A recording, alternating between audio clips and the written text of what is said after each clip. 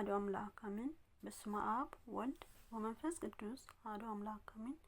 በስመ አብ ወልድ ወመንፈስ ቅዱስ አሐዱ አምላክ አሜን። ሰላም ለእናንተ ይሁን ውድ የቻናሌ ቤተሰቦች እንደምን አላችሁ? እኔ ያለው እግዚአብሔር ይመስገን። እግዚአብሔር ሰላም ከሁላችን ጋር ይሁን። እንኳን አደረሳችሁ አደረሰን። ጾም ነቢያት ወይም ጾም ገና የገና ጾም በሰላም አስጀምሮ በሰላም ያስፈጽመን። የበረከት ጾም ያድርገን። የኃጢአት መደምሰሻ ያድርገን። የኢትዮጵያ ኦርቶዶክስ ተዋሕዶ ቤተክርስቲያን የጌታችን የነቢያትና የሐዋርያትን ቃል መሰረት በማድረግ በአዋጅ ከተደነገጋቸው አጽዋማት አንዱ ጾመ ነቢያት ጾመ ልደት ተብሎ የሚጠራው ነው። የዚህ ጾም መሰረት ነቢያት አስቀድመው ስለ ጌታችን መወለድ ሱባኤ የቆጠሩበትን ጾም የጾሙበት በማሰብ የምንጾመው ታላቅ መታሰቢያ ነው።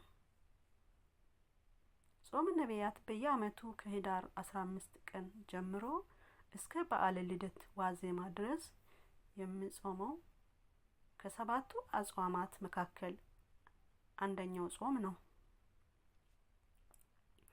ይህ ጾም የእግዚአብሔርን ሰው መሆን ሲጠባበቅ የኖሩት የነቢያት ትንቢትና ጸሎት በጌታችን መወለድ ፍጻሜ ያገኝበት ወቅት በመሆኑ ጾመ ነቢያት የነቢያት ጾም እየተባለ ይጠራል። እግዚአብሔር አምላካችን ዓለምን ለማዳን ሲል መወለዱን ከእናቱ ቅድስት ድንግል ማርያም ጋር ወደ ግብጽ መሰደድን በባህረ ዮርዳኖስ መጠመቁን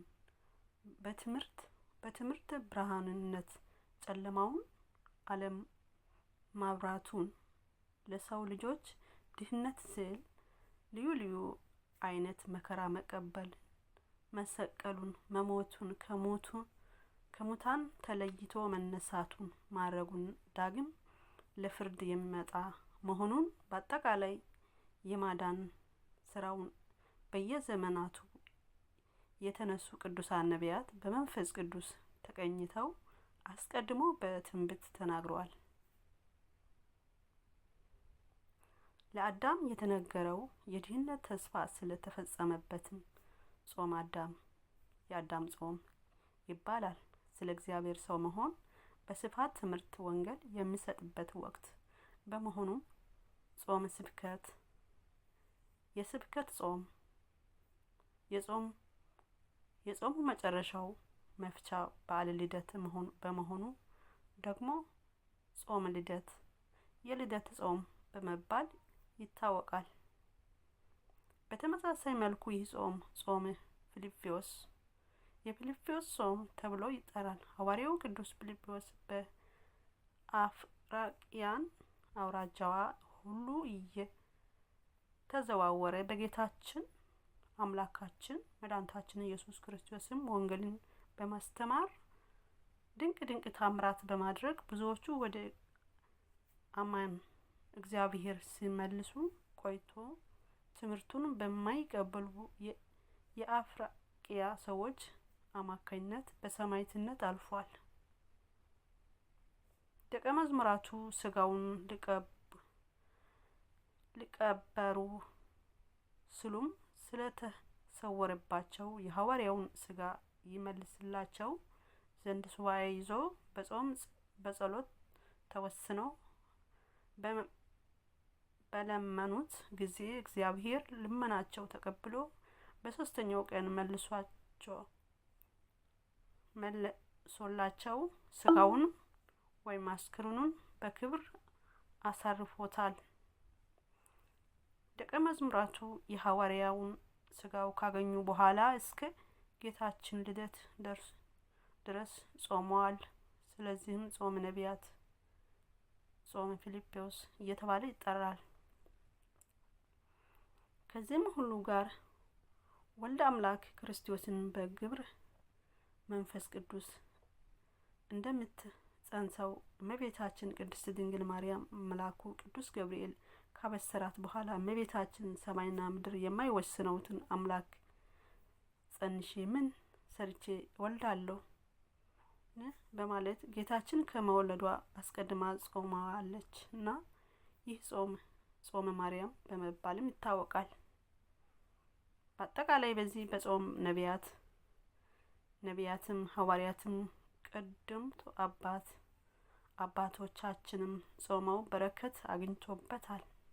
እኛም ምእመናን የነቢያትን የሐዋርያትን የጻድቃንን የሰማዕታትን አምላክ ከእመቤታችን ከቅድስት ድንግል ማርያም ከቅዱሳን ከነቢያት ሐዋርያት በረከት እንዲህ ያሳትፈን። በዚህ በጾም ነቢያት ወቅት በመጾም በጸሎት ተወስነን እግዚአብሔርን ልንማጽነው ይገባናል።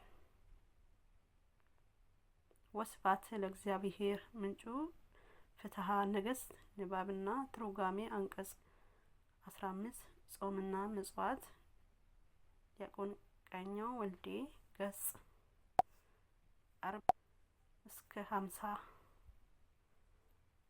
ቃለ ሕይወት ያሰማልን። የጻፉልን አባቶቻችን ያገኘው አንዘር ተዋሕዶ ልጅ ገጽ ከፌስቡክ ገጽ ነው።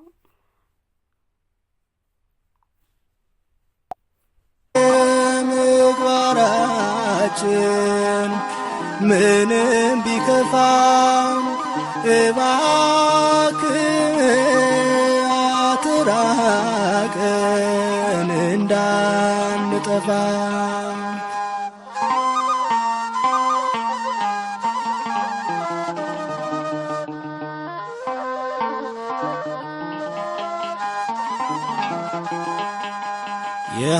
የኃያላን ኃያል አዶናይ ሁሉንም የምትችል ኤልሻዳይ እንደ ቸርነት አስበን አትመልከት ድክመታችንን እንደ ቸርነት አስበን አትመልከት ድክመታችንን መሐሪ ነህና ይቅር ባይ ፍጥረትን በምሕረት የምታይ ልጆች ምግባራችን ምንም ቢከፋ እባክህ አትራቀን እንዳንጠፋ።